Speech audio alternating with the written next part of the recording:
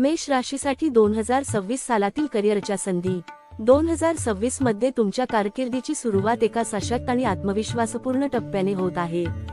जानेवारी 16 ते फेब्रुवारी 23 या काळात तुमच्या राशीस्वामी मंगळाचे उच्च राशीत मकर 10वे घर होणारे गोचर हा उच्च ऊर्जा, अधिकार, पुढाकार आणि व्यावसायिक यशाचा काळ आहे. तुम्हाला मान्यता, पदोन्नती किंवा अशी नवीन जबाबदारी मिळू शकते जी तुमचे नेतृत्व कौशल्य दर्शवेल. तुमच्या कारकिर्दीत धाडसी पण विचारपूर्वक पावले उचलण्यासाठी हा एक चांगला काळ आहे. तथापि या वर्षाची मुख्य दिशा 12व्या घरात असलेल्या शनीमुळे निश्चित झाली आहे. यामुळे तुम्हाला असे वाटू शकते की तुमची मेहनत पडद्यामागे होत आहे आणि तिचे लगेच कौतुक होत नाही. काही वेळा कामात विलंब, अतिरिक्त जबाबदाऱ्या किंवा वरिष्ठांकडून दबाव येऊ शकतो.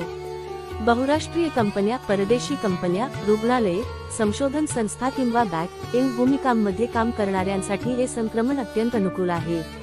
नोकरी संबंधित परदेश प्रवास किंवा स्थलांतर होण्याची दाट शक्यता आहे.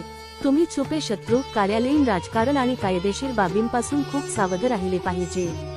2 जून ते ऑक्टोबर 30 या काळात जेव्हा गुरु तुमच्या 4थ्या घरात असेल तेव्हा कामाच्या ठिकाणी अधिक स्थिर आणि पोषक वातावरण निर्माण होईल. तुम्हाला एक आरामदायक कार्यालय, सहकार्य करणारे सहकारी आणि कामात जीवनात उत्तम संतुलन मिळू शकेल.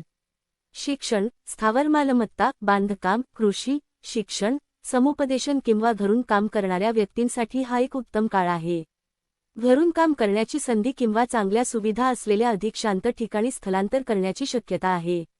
6 डिसेंबर रोजी एक मोठे वळण येईल जेव्हा राहू तुमच्या 10व्या घरात मकर राशीत प्रवेश करेल. यामुळे तुमच्या करिअरवर आणि सार्वजनिक प्रतिमेवर अचानक, अनपेक्षित आणि तीव्र लक्ष केंद्रित होईल.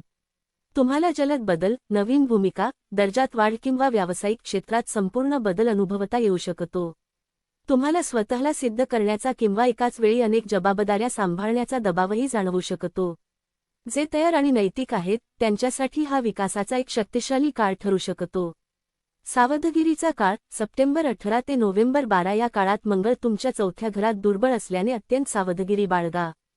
कौटुंबिक तणाव, भावनिक असंतुलन, मालमत्तेचे प्रश्न किंवा कुटुंबासोबतचे वाद तुमच्या कामातील एकाग्रतेत अडथळा आणू शकतात आणि वरिष्ठांशी गैरसमज निर्माण करू शकतात.